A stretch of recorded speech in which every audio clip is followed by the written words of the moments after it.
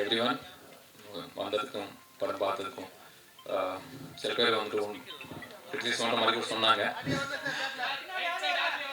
Sir hi everyone. Okay sir.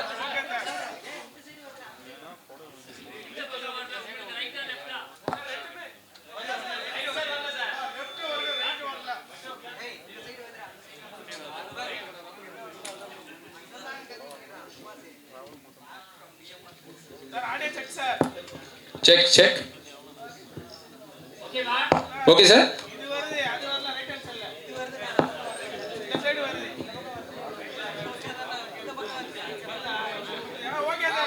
Okay sir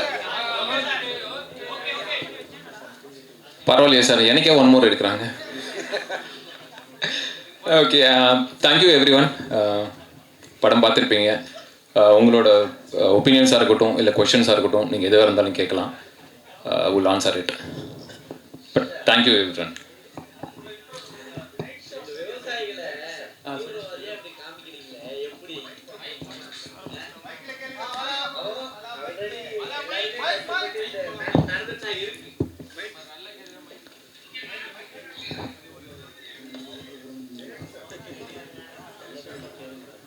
Yes sir.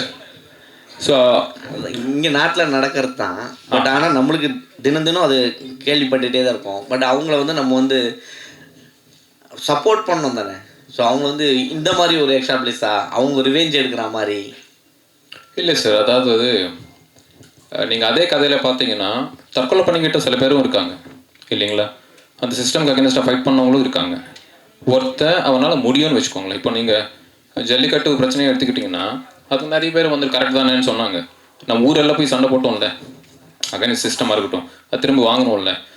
அது அவனோட perspective sir. சண்டை போட்டு பழகின ஒருத்தன், ஒரு சோல்ஜராக இருந்த ஒருத்தன் ஒரு அளவுக்கு தான் பொறுத்துப்பான், அதுக்கப்புறம் சண்டை போகணும்னு நினைப்பான். ஸோ அது அந்த பிரேக்கிங் பாயிண்ட் தான். இட்ஸ் நாட் லைக் எல்லா ஃபார்மர்ஸ் அப்படி இருக்காங்கன்னு நான் எதுவும் சொல்லலை. And more over he is fighting for his own house and family இல்லையா. ஸோ நான் அப்படி ஃபார்மர்ஸை மீன் பண்ணல. அப்படி உங்களுக்கு தெரிஞ்சிருந்ததுன்னா ஐம் சாரி. ஏன்னா இதே முருகதாஸ் சார் ஒரு படம் எடுத்திருப்பார், இதே சேம் இதே பேட்டர்ன்லேயே இருக்கும், கத்தி. அதுலேயும் அதே தான் பழி வாங்குற மாதிரி தான் போகும். பட் ஆனால் ஒரு இடத்துல மெசேஜ் மாதிரி சொல்லியிருப்பாங்க. ஆனால் நீங்கள் ஒட்டுமொத்தமாக ஒரு இடத்துல போய் போட்டுடுறீங்க. ஏன்னா நம்ம எல்லாருமே அங்கே தான் வந்து சேவிங் பண்ணுறோம்.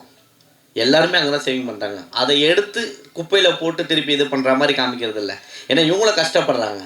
கஷ்டப்படுறதுக்கு சப்போர்ட் பண்ணு தான் ஒரு லாஸ்ட்டில் சொல்கிறாங்க. ஸோ அப்படி இருக்கும்போது ஒரு மெசேஜ் கரெக்டாக கன்வே பண்ணியிருக்கணும்ல லாஸ்ட் டைம். இல்லை, எனக்கு தெரிஞ்ச இந்த கொஷின் உங்களுக்கு வர்றதுக்கு ரீசனே வில்லன் நீங்கள் ஹீரோவை பார்த்ததுனால. சரி, அவன் அந்த ஒரு ஆக்ஷன் எடுக்கிறான், அது தப்புன்னு சொல்கிறதுக்கு தான் ஹீரோ இருக்காங்க. இப்போ ஹீரோவே அந்த ஆக்ஷன் எடுக்கிறாரு, நான் அதை சப்போர்ட் பண்ணுறேன்னு வச்சுக்கோங்க. அப்போ ஹீரோவை நான் அந்த இடத்துல வச்சுருப்பேன். ஸோ அவர் பண்ணுற தப்புன்றதுனால தான் அவர் வில்லனாக வச்சுருக்கோம். ஸோ படத்தில் யார் ஹீரோனே எனக்கே புரியல. அவர் ஒரு பக்கம் அதர்வா ஆக்ஷனில் பின்னுறாரு, இவர் ஒரு பக்கம் கதையில் பின்னுறாரு. இல்லை சார், அதாவது ஒரு படத்துக்கு வரும்போது வந்துட்டு ஃபஸ்ட்டு வந்துட்டு இப்போ இருக்கிற ட்ரெண்டு படி அந்த கதையாக வந்து ஃபஸ்ட்டு அவங்களுக்கு பிடிக்கணும். அதில் இருக்கிற எந்த கேரக்டர் நம்மளை இன்ஸ்பயர் பண்ணுவாரோ இல்லை நம்ம அதை ரசிப்போன்றது தெரியாது. படமாக அது நல்லா இருக்கணுன்றது தான் ஃபஸ்ட் இன்டென்ஷன். இன்னொன்று, இவர் பண்ணுற எல்லா படங்களும் பார்த்தீங்கன்னா படத்தில் அவர் ஹீரோவாக மாறுற படம் தான் பண்ணுறாரு தவிர ஹீரோவாக அவர் வந்து படம் பண்ணல. இனி ஃபிலிம் பார்த்தீங்கன்னா டிஎன்ஏ பாருங்கள், ரீசெண்டாக அவர் பண்ண எல்லா படத்துலையுமே அவர் அந்த கேரக்டர்லேருந்து மெதுவாக ஹீரோவை மாறுற படம் தான் பண்ணுறாரு. ஸோ அதனால தான் அவருக்கு அந்த கதை சொன்னதும் வந்துட்டு அவர் பிடிச்சிருந்தது. ஸோ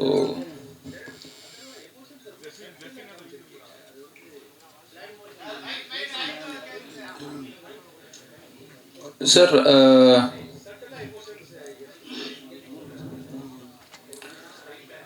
இல்லை சார், அது ஆக்சுவலாக என்னன்னா இப்போது அவங்க ஃபேமிலியில் க்ரியேட் ஆகிற எல்லா பெயினுக்குமே அவர் தான் காரணம் அப்படின்னும் போது அந்த கில்ட் தான் நமக்குள்ளே இருக்கும்.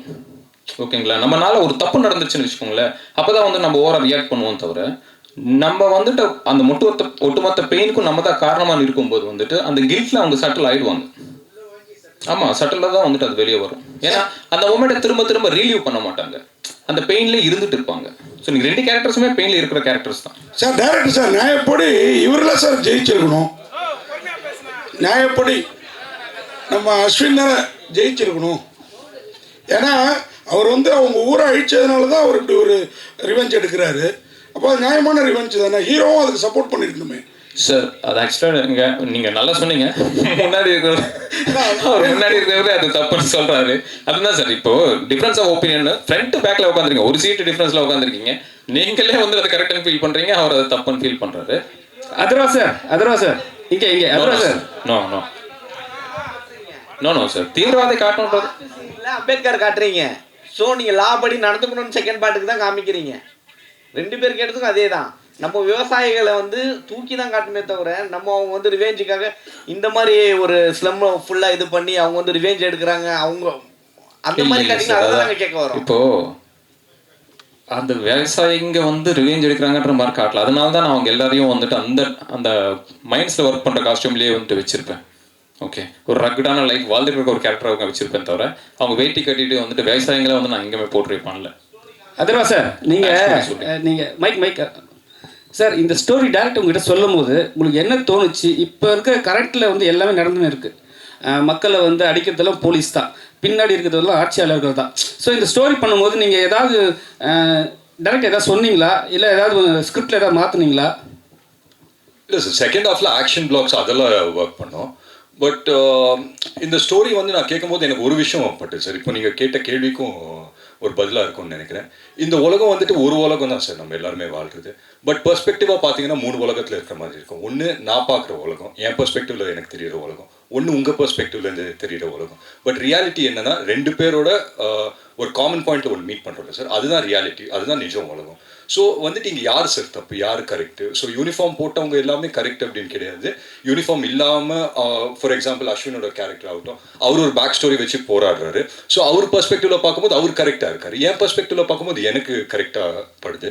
ஸோ நீங்கள் ஓவராலாக பார்த்தீங்கன்னா யாருமே இங்கே சரி, யாருமே தப்பு கிடையாது சார். சூழ்நிலை, அந்த சூழ்நிலைக்கு நாங்கள் எடுக்கிற முடிவு இல்லை அந்த சூழ்நிலைக்கு கொடுக்குற ரியாக்ஷன்ஸ் தான். அந்த விதத்தில் பார்த்தா I think it is an overall entertaining ஃபில்மாக பண்ணுங்கிறது தான் நோக்கம். அதை பண்ணியிருக்கோம் நம்புறேன் சார். ஏற்கனவே ஒரு 100 படம் பண்ணீங்க நீங்கள், அதுவும் சூப்பர் போயிட்டு நல்லா படம் போச்சு. இப்போ இந்த படமும் நல்லா இருக்குது. ஆனால் சில எங்களுக்கு வந்து மாற்று கருத்துக்கள் என்னென்னா, அந்த கேரக்டர் நீங்கள் பண்ணி நீங்கள் மாற்றிருக்கலாமோன்னு சொல்லிட்டு எங்களுக்கு ஒரு விஷயம் நாங்கள் பார்க்குறோம், எங்கள் விஷயம் நாங்கள் பார்க்குறோம். சரி, நான் பார்க்குறேன், ஓகேங்களா? அதை மாற்றத்தை எவ்வளோ இருக்குமா? எப்படி சொல்லி என்னன்னா, இப்போ நீங்கள் ரெண்டு ஹீரோவில் யாராவது ஒரு ஹீரோ தான் வந்து ஜெயிப்பாங்க. ஆனால் வந்து ஒரு விவசாயிக்காக சப்போர்ட் பண்ணுறது ஜெயிச்சா நல்லா இருக்கும்னு நாங்கள் நினைக்கிறோம். நீங்களும் அவரை சப்போர்ட் பண்ணியிருக்கலாம்னு நினைக்கிறோம், வேற ஒன்றும் இல்லை. அவரை பிடிச்சி கடைசியில் காலி பண்ணுறீங்களா? அப்படி இல்லை, மனசளவில் சப்போர்ட் பண்ணுறது தான் சார், படத்தில் வந்து பண்ண முடியல. அதுதான் சார், இந்த படத்துக்கு ஹீரோயினே தேவையில்லை, ஒரே ஜானரில் போயிருக்கலாம். அந்த ஹீரோயின் கேரக்டர்னால என்ன ப்ளஸ், ஒரு டூயட் இல்லை, ஒரு இது இல்லை, ரொம்ப இது இல்லை, அந்த மாதிரி தைரியமாக படம் எடுக்கலாமா சார்? ஒரு ஜானருங்கும் போது ஃபாரின் படங்கள்லாம் நிறைய வரும், உங்களுக்கே தெரிஞ்சிருக்கும். அப்படி அந்த மாதிரி நீங்கள் வந்து தைரியமாக எடுப்பீங்களா? இல்லை சார், கண்டிப்பாக எடுக்கலாம் சார். ஏன்னா இன்னைக்கு இருக்கிற காலகட்டத்தில் ஐ திங்க் எவ்ரி இயர் வந்து சினிமா மாறிக்கிட்டே இருக்கு சார். போன வருஷம் நம்ம பார்த்த சினிமா இன்னைக்கு கிடையாது, இன்னைக்கு வந்து திருப்பி மாறிடுச்சு. அண்ட் நம்ம எக்ஸ்போஜரே பார்த்துக்கோங்களேன், நெட்ஃப்ளிக்ஸில் வந்து நிறைய கண்டென்ட் எக்ஸ்போஸ் ஆகிறோம், இல்லை ஓடிடி பிளாட்ஃபார்ம்ஸ், நிறைய பிளாட்ஃபார்ம்ஸில் எக்கச்சக்க கண்டென்ட் வருது. பட் தியேட்டர்களில் போகும்போது மியூசிக் அதெல்லாம் தேவைப்படுது சார். ஸோ நம்ம 2.5 hours நம்ம ஒரு படம் பண்ணுறோன்னா இதுதான் நம்மளோட ரூட்ஸ் இல்லை சார். அஃப்கோர்ஸ் நாங்கள் வந்துட்டு ஹாலிவுட் படத்தை பார்த்து ஆஹா ஓஹோ அப்படின்னு சொல்லலாமே தவிர, அதே மாதிரி இங்கே படம் எடுக்கிறதுக்கு அவங்க இருக்காங்களே சார். இங்கே வந்துட்டு நம்ம ரூட்ஸ்க்கு தகுந்தாப்புல ஒரு படம் எடுக்கலாமே அப்படின்னா, அண்ட் நம்மளோட ரூட்ஸ் என்ன சார்? மியூசிக் நமக்கு தேவை. அண்ட் மியூசிக் இல்லாமல் ஒன்றுமே கிடையாது இல்லை சார். இந்தியாவை பொறுத்த வரைக்கும், இல்லை இந்தியன் சினிமாவை பொறுத்த வரைக்கும் music is a must. So அதுதான். அஸ்வின் சார், அஸ்வின்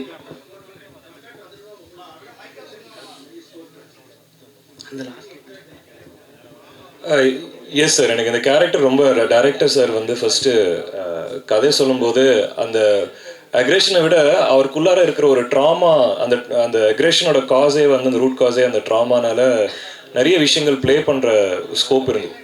பாடி லாங்குவேஜில் வந்து ஏன்னா எக்ஸ் மிலிட்ரி எக்ஸ் சோல்ஜர்னு வரும்போது கொஞ்சம் ஸ்டிஃபாக ஸ்டில்லாக அது உள்ளுக்குள்ளே ஒரு விஷயம் வந்து பாயில் ஆகுறது. பட் ஹீ இஸ் நாட் ஒரு ஃப்ளாம்பாயண்ட்டான ஒரு கேரக்டரோ ரொம்ப ஒரு ஆமாம், அந்த கண் பார்வையும் வந்து ரொம்ப யூஸ்வலாக ஆஸ் ஆக்டர்ஸ் வந்து கொஞ்சம் எக்ஸ்ப்ரெசிவாக இருக்கணும்னு சொல்லி நம்ம ஃபேஸ் ஐஸை வந்து எக்ஸ்ப்ரெசிவாக நம்ம ட்ரை பண்ணுவோம். பட் இந்த படம் பொறுத்த வரைக்கும் இந்த த ஐஸ் வந்து கொஞ்சம் கண்ணு வந்து கொஞ்சம் டெட்டாக, அது வந்து சிங்கிள் மைண்ட் ஃபோக்கஸோடு இருந்தால் அது பெட்டராக இருக்கும் அந்த கேரக்டர்.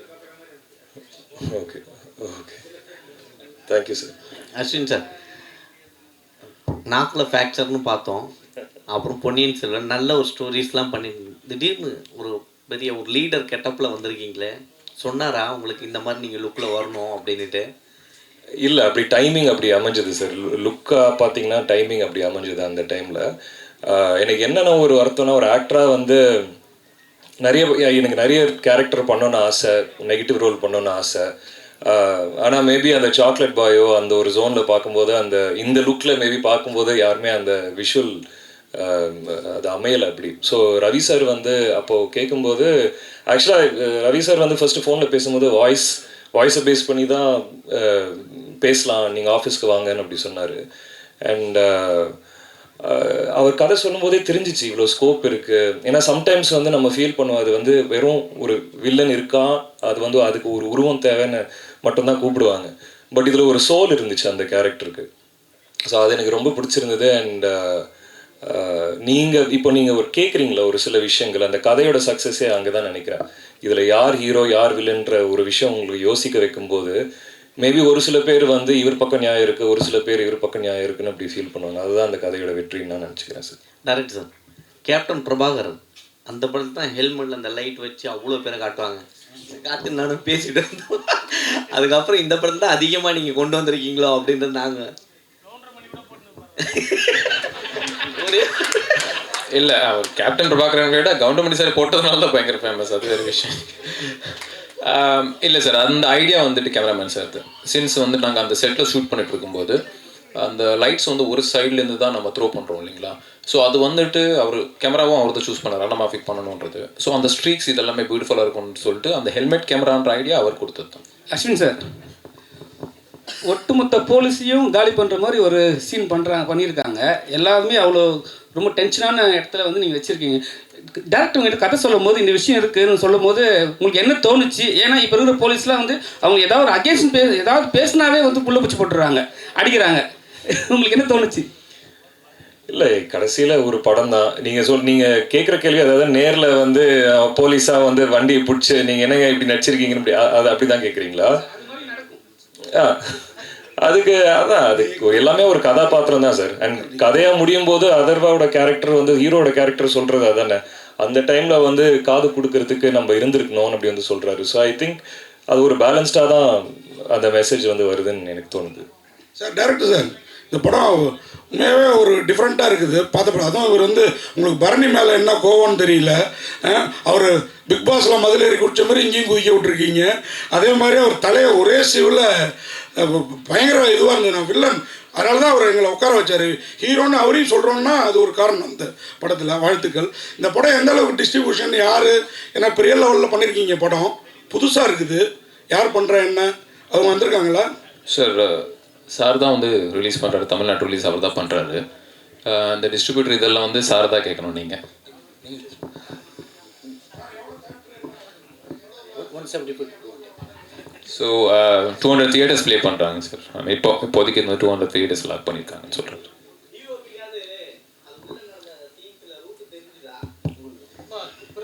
நாங்கள் எல்லாருமே வந்து கையில் ஒரு மேப்போடு தான் சுற்றிட்டு இருந்தோம். பெருசாக வந்து ஃபோட்டோ கார்டு போட்டு படத்துக்கு கையில் மேப் போட்டு தான். டனல்னு டைட்டில் வச்சிருக்கீங்க. டனல்னு வச்சா இன்னும் கொஞ்சம் பொருத்தமாக இருக்கும். ஆமாம், தெலுங்குல வந்து டனல் தான். ஓகே, தெலுங்கு வந்து டனல் தான். வாழ்த்துக்கள். நானும் இங்கே எல்லார்ட்டையும் சொல்லி பார்ப்பேன், படம் என்ன டைட்டில் என்ன அப்படின்னா டனல் அப்படின்னா டனலான்னு தான் எல்லோரும் கேட்குறாங்க. இங்கேயுமே வந்து நம்ம டனல்னே வச்சுருந்துருக்கலாம்னு நினைக்கிறேன். எல்லாம் யாரை கேட்டாலும் கேட்குறது வந்து டனல் அப்படின்னு தான் சொல்கிறாங்க. சார், இயக்குனருக்கு ஒரு கேள்வி சார். இங்கே சார், ஆக்சுவலாக ஒரு 10 இயர்ஸ் கிட்ட இருக்கும் முன்னால் வந்து இது ஒரு ரியல் இன்சிடென்ட் நடந்தது. வேளச்சேரியில் வந்து ஒரு என்கவுண்டர் இருந்துச்சு. அதை இன்ஸ்பயர் பண்ணி தான் எடுக்கப்பட்டது. ஆமாம் சார். அதுதான் அந்த ஐடியா ஸ்டார்ட் ஆனதை வந்துட்டு அந்த டைமில் நாங்கள் திருவான்மையூரில் தான் இருந்தேன் சார்.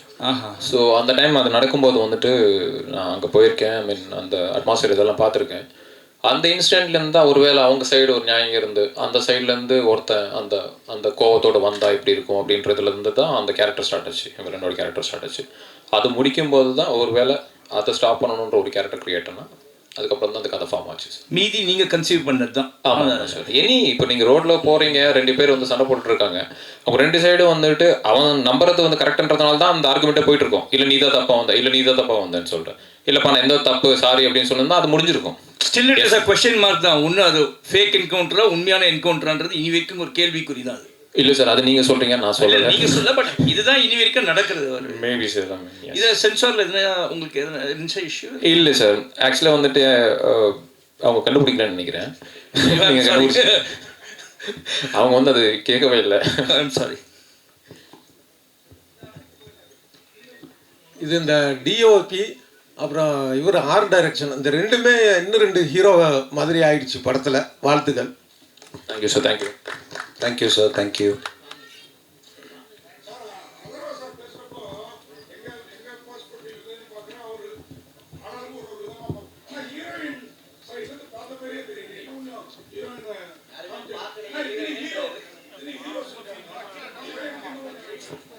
இல்லை சார், அது என்னோட ஃப்ளா தான். அதாவது வந்துட்டு அவங்களுக்கு இன்னும் இம்பார்ட்டண்ட்டான ஒரு ரோல் எழுதியிருக்கணும். இனிஷியலாக வந்துட்டு சொல்கிறதுக்கு நான் அந்த இனிஷியலாக டிராஃப்ட் பண்ணும்போது வந்துட்டு அது ஹீரோயினாக நாங்கள் டிராஃப்ட் பண்ணல, அந்த கமிஷனரோட பொண்ணாக தான் டிராஃப்ட் பண்ணியிருந்தோம். பட் என்னென்னா சில காரணங்களாலையும் வந்துட்டு அதை மாற்றி அது எழுத வேண்டியதாக இருந்துச்சு. Thank you sir. Saravanan sir. Sir இங்கே சார், இது வரைக்கும் சினிமோகிராஃபி இதில் நல்லா இருந்தது. இது வரைக்கும் ஃபுல்லாக வெங்கட் பிரபு சார் அந்த டீம்லேயே பண்ணியிருக்கீங்க. புதுசாக ஒரு டேரக்டரோட ஒர்க் பண்ணியிருக்கீங்க. அந்த எக்ஸ்பீரியன்ஸ் எப்படி இருந்தது? அதே மாதிரி உங்கள் சன்னியும் அப்படியே இன்ட்ரடியூஸ் பண்ணிங்கன்னா நல்லாயிருக்கும். ஓகே. எனக்கு இவரை வந்து ஒரு 10 வருஷத்துக்கு முன்னாடி தெரியும். நான் ஒரு தெலுங்கு ஃபிலிம் பண்ணிகிட்டு இருக்கிறப்போ இவர் வந்து கடைசி ஏடி. ஹைதராபாத்தில் பாவர்ச்சின்னு ஒரு பிரியாணி ஷாப் இருக்குது.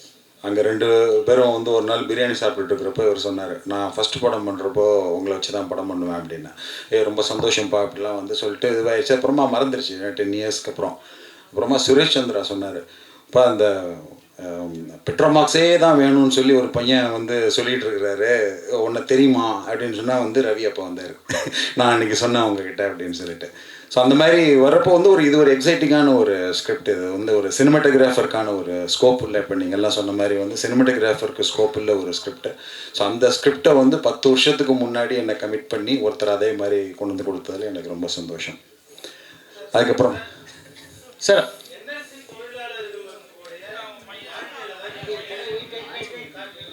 ஆன்சர் முடிக்கல சார். சார் உங்கள் சன் இன்ட்ரடியூஸ் பண்ணுங்க. ஆமாம், இவர் ஷர்வா ஆல்ரெடி வந்து ஹார்ட் பீட்டில் வந்து ஒரு பண்ணிகிட்ருக்காரு.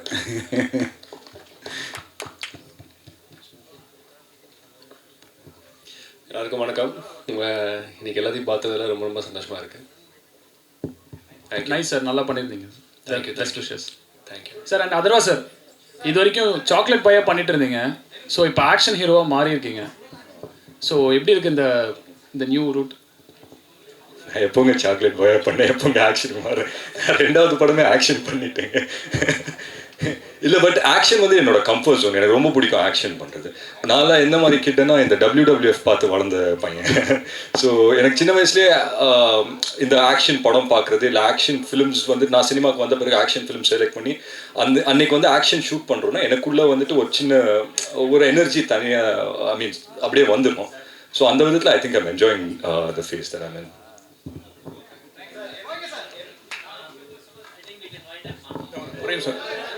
Sir Atharva sir, Vishal sir வந்து பிறந்தநாள் அன்றைக்கி சொன்னார், நான் இவ்வளோ நாள் வந்து பேச்சுலராக இருந்துட்டேன், இப்போ வந்து கரெக்டாக வீட்டுக்கு போகணும், ஃபேமிலிலாம் வந்து இதாகிருக்கு. அதேமாதிரி தம்பி அதர்வா வந்து பேச்சுலராக இருக்கார், அடுத்த கல்யாணம் அவருக்கு தான் பண்ணணும் அப்படின்னு எனக்கு பேட்டியே சொன்னார். அதை பற்றி எப்போ என்னைக்கு கல்யாணம் பண்ண போகிறீங்க, என்ன கருத்து? விஷால் சார் எப்போ கல்யாணம் பண்ணுறாரோ, அவர் எப்போ தாலி கட்டுறாரோ அதுக்கப்புறம் தான் சார் நான் கட்டுவேன்.